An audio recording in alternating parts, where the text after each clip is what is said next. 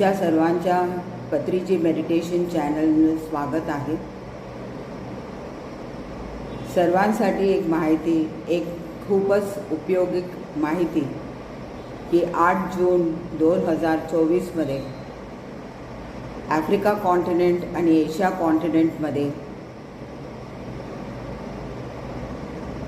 3 तासाच्या अखंड ध्यान, टायमिंग्स सकाळी 8 ते 11:30 पर्यंत सर्वांना आमंत्रित आहे।